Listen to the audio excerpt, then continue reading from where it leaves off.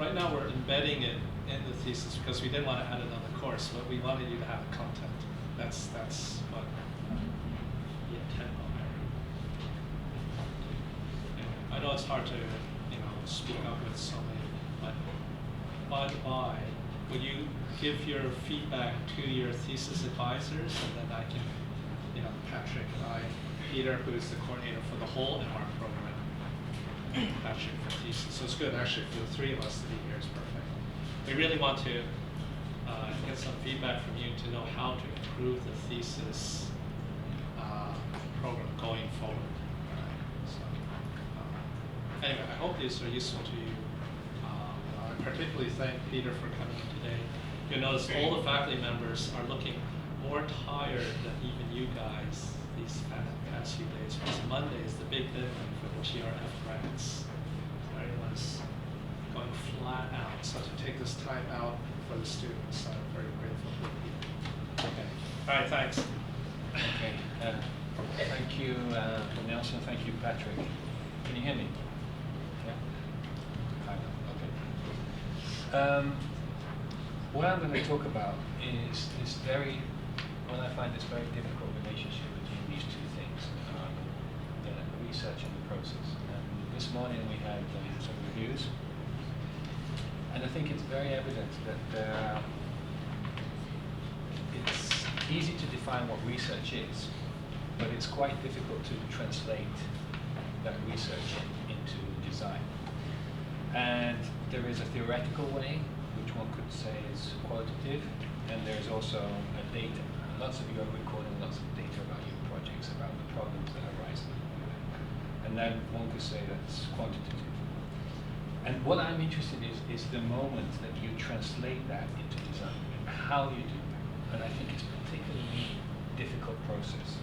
And it's not something that I think we can mystify, and we should really try to demystify.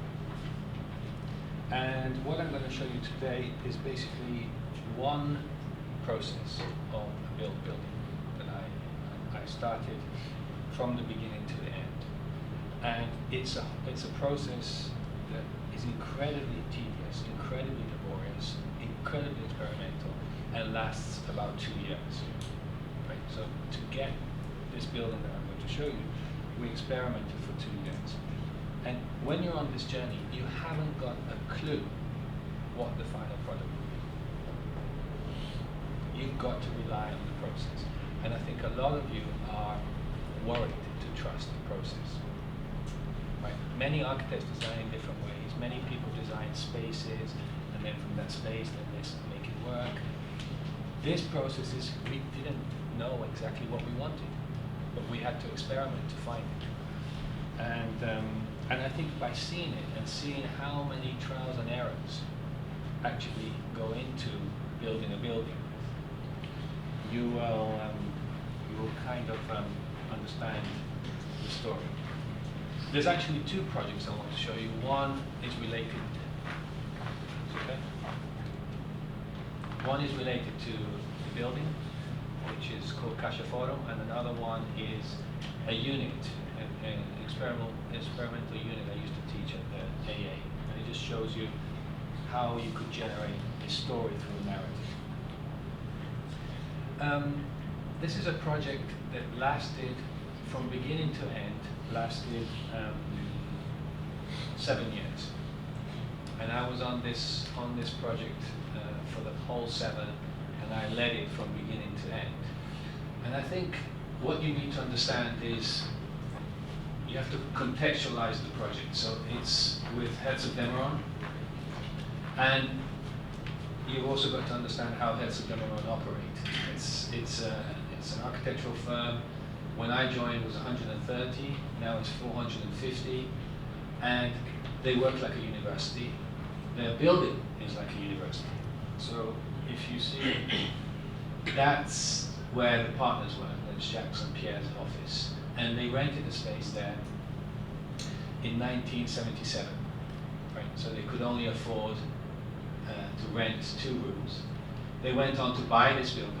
They bought this one. They bought this one. They bought this one. They built a new one here, and they bought this one.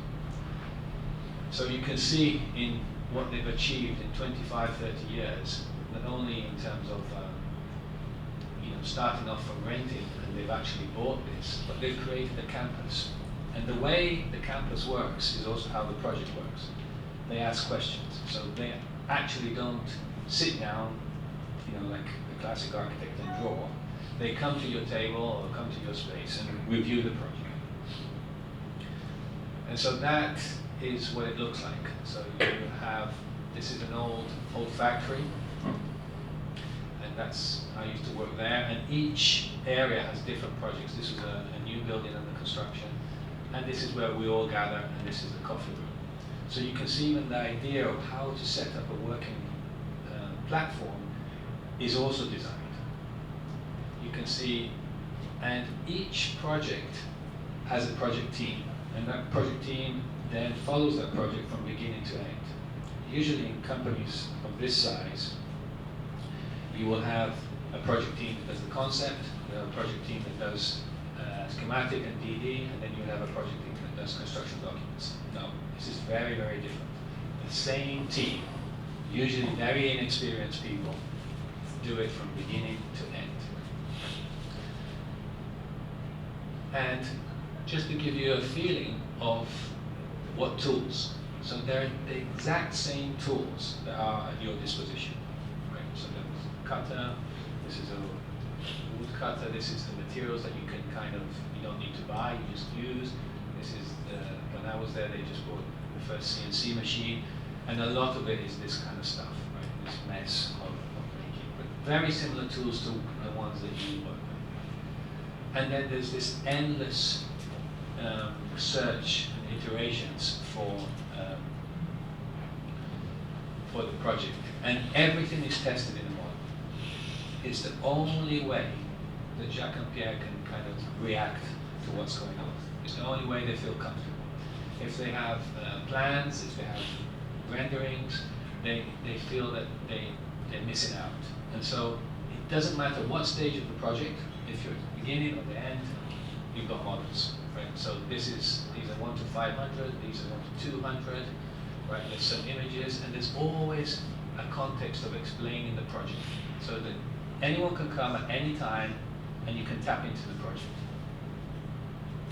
This was when, so this is back in 2005 or 6, when the Tate was still a project, so it looks very different now.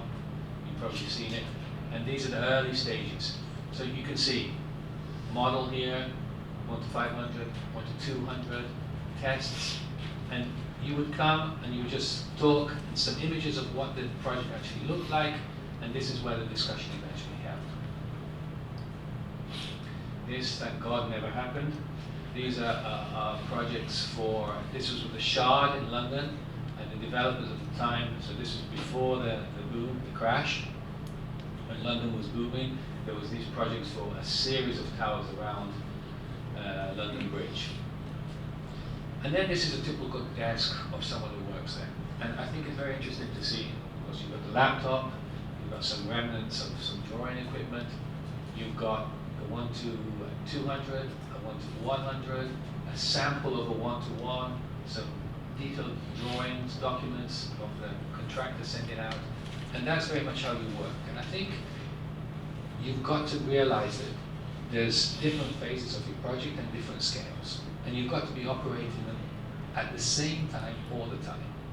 I think you, or some of the students that I've seen, operate in a chronological way. You get a concept. Once you've got a concept, you can pass on to an urban study. Once you get an urban study, you pass on to the next. Now, everything is happening at the same time. And I think that's a very important part of process. This is a project in Long Island for a museum that got built very differently.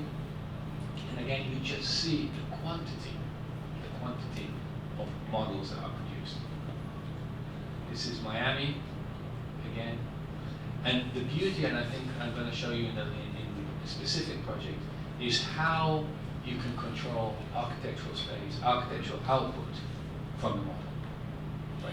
So there's hardly any surprise when we go and see the buildings, because a lot of the work and the initial surprise comes here. You test it physical.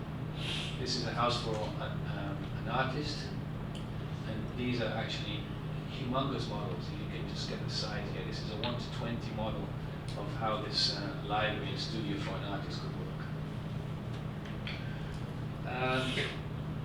The whole lecture is going to be about process, but I think before I tell you about the process, I want to show you the actual project itself. It's a building for a bank, basically a building society, we call it in English. It's a bank, and they're Catalan. It's very, very important to understand the difference in Spain and the tension in Spain between Catalonia and Spain. So the client is from Barcelona, from Catalonia, and they buy a site in Madrid, and they do this whole operation for free. It's a kind of a gesture towards Madrid to kind of establish new relationships, to show, that they're doing good deeds and also to get more clients. And their division is called Obra Social, so it's social work. And within social work, they've got a foundation, and this foundation is concentrated on the development of the arts. And here you see Madrid, which is a series of cities actually. You can kind of see the old city here. This is the Paseo del Prado. This is the very famous Museo del Prado. This is the Atocha station by Moneo. So it kind of gives you a context, and you can see the different grades. The 15th century city, the 18th century city, and then expanding outwards.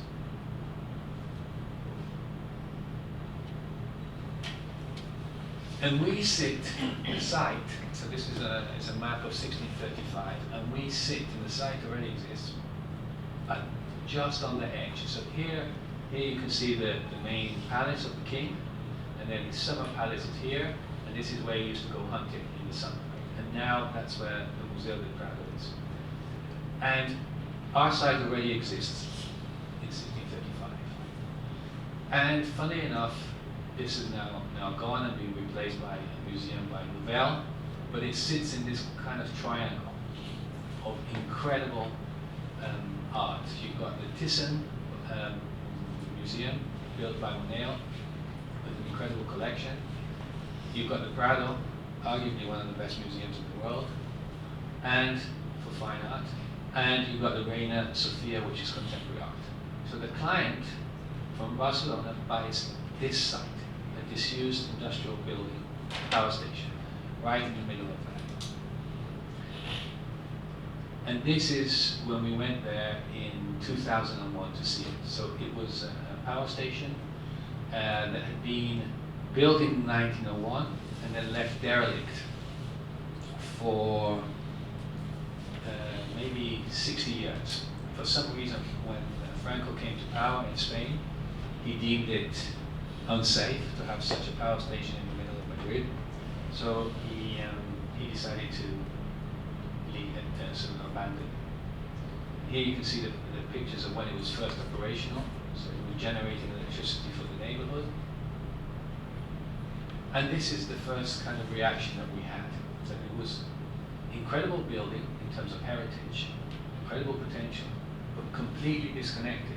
Very, very, very close, but completely disconnected from the urban context by this petrol station.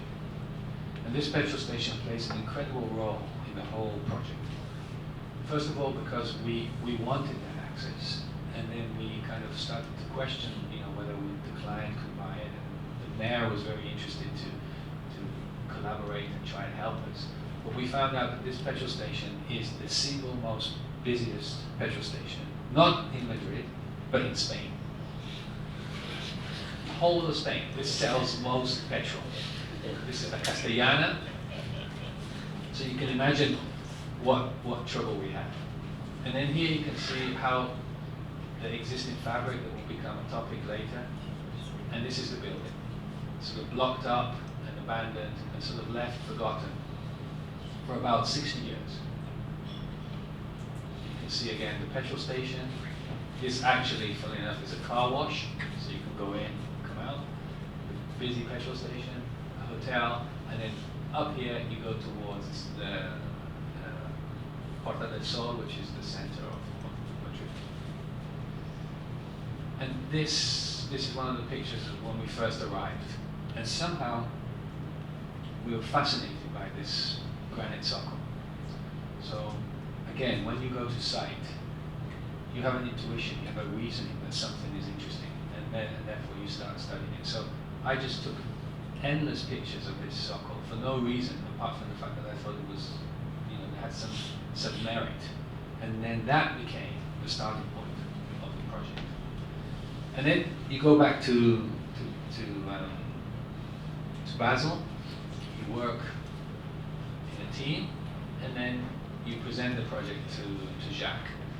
And Jacques never been to the site, doesn't know anything, it's relying on our perception, our feelings, our intuition. And then he said, well, Peter, why have you taken so many pictures of this socle? What's interesting? And then he said, well, actually, you know, I was thinking it's very architectural. It grounds the project to the ground. And he said, exactly, that's the problem. It grounds the project. So he did this sketch. Why don't we disconnect it? Why don't we create a public plaza? Why don't we cut it? And then he's you see, these doodles are not very special, but he's thinking when he's doing them. And then he says, okay, so if we cut it, we create the plaza underneath, and then we've got to put something extremely heavy on top. And that, I would argue, is the DNA of the project. Done in the first week that Jacques sees some photographs and a plan. And then on the basis of this, we work for the best part of 2 years developing that initial idea. Another sketch, he was saying, you can see him thinking here, why don't we put a huge core, we stack the galleries in, and then he said, no, make it even, why don't we put something precarious on top? And then here's a series of diagrams just to explain, and I think all of your projects need we had this morning, a series of diagrams that, are so easy to understand, and then you can get into the nitty-gritty of your project.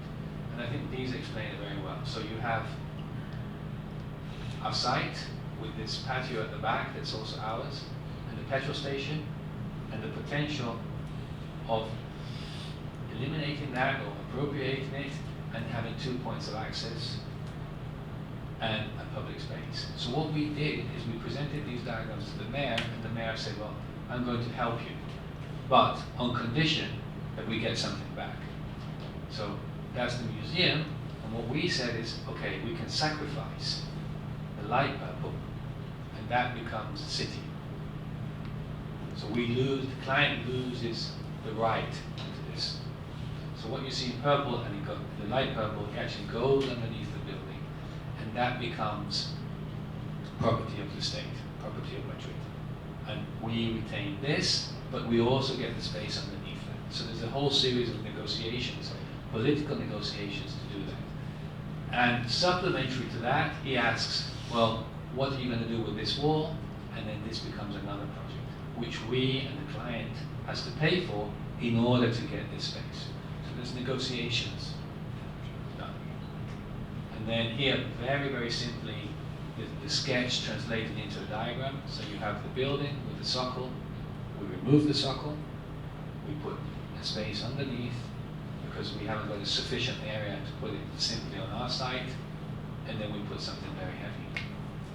And you've got to understand that doing this on a listed building was like a form of terrorism for the heritage people of Madrid. Nobody backed us. Nobody wanted this. And then we had to go through a series of discussions, and we negotiated that the maximum height that we could have was the same height as the existing building on top. And again, the conservationists said, no way, but with the support of the mayor, we managed to achieve it. So that's the project in a nutshell. And now I want to show you the millions of cul-de-sacs and disasters and absolute crazy things we did in order to achieve that. And I'm going to explain it in nine steps. And this is very much, we had to divide the work, so I was overseeing the whole thing, but we had to have teams, and we had a team pretty much for each one of them. We had the roof and facade was one guy, we had the plaza and the lobby was another person, underworld was another, and then the green wall was another. So we had about 6 people work on this project for 2 years, and I was overseeing it. First of all, you have the program, and I think this is maybe one of the critical points in your project, is once you've done the research, once you've got the site, what kind of program are you going to put in? So we had a program given to us by the client, and you've got to bear in mind that the site is about 2,000 square meters, and the client wants 14,000 square meters of museum. Of that, I would say about 3,000 square meters of gallery. So you can see, 70% of a museum is not gallery space. It's back of house, restaurants, different kind of things. And so what we did earlier on, we made this model, and each one is a different floor, right? And they all stack up, and the scheme here is at the beginning, so it's not the final stage, but and here underneath you can see all the tests that we were doing for one project. But this is the -2, -1, and then this is the public space. And at that stage, we were contemplating a huge lorry delivery truck stage that went away at the end, a lobby space, and the galleries, and eventually the restaurant. And then this is the way we explained it to the client. So it's basically 3 cores that act as table legs. We didn't want 4 cores because we wanted to exaggerate that moment of hovering, so people come underneath the building. That's a public core, the only public core of the whole building. This is the administrative core, and then this is the lift core. So underneath you have the auditorium, the lobby, and then you go for the plaza. This was a kind of a garage that we put for the truck. We eliminated that, and the truck directly delivers to this point. The lobby, which is hovering, so I'll explain the whole structure behind this. The museum space without walls, with walls, so completely flexible. Each one of these is about 1,000 square meters. So you have 1,000 square meters on one level, then another 1,000 square meters above. Flexible space. And then eventually at the top, this is the side of the city, so we put the restaurant, and at the back, we put the offices. And finally, we put the retaining building, and then this hat on top of it. And here is the final project. But then this is already quite developed. So I'm going to tell you 9 separate stories. So we have the roof. So this is at the beginning, after 1 month of visiting the site, so immediately we make a model. And I think it's very, very important what scale you make the model, what scale you start attacking your design. And the scale here is 1 to 200. And I think 1 to 200 is the first time really that you can go away from the diagram and start talking about architecture. And you can see how naive we are. This is what we thought we could put at the top. It's a nice restaurant, this is the existing building, we've cut it, and we've put that on top. And then we say, well, actually, we don't want to demolish the existing walls, why can't we work with the existing walls? But it's obvious that we weren't paying attention to the program. The program that we put in here was 1/3 of the real program that we needed. But this was also due to the fact that the client is constantly evolving their program. So they see this, and then they say, well, how many square meters have you got? Well, do we really want to invest so much money for only 750 square meters? So you're designing, and the client is responding. So the client is changing the program as well. This is an image that we made, and I think it's really early on, but again,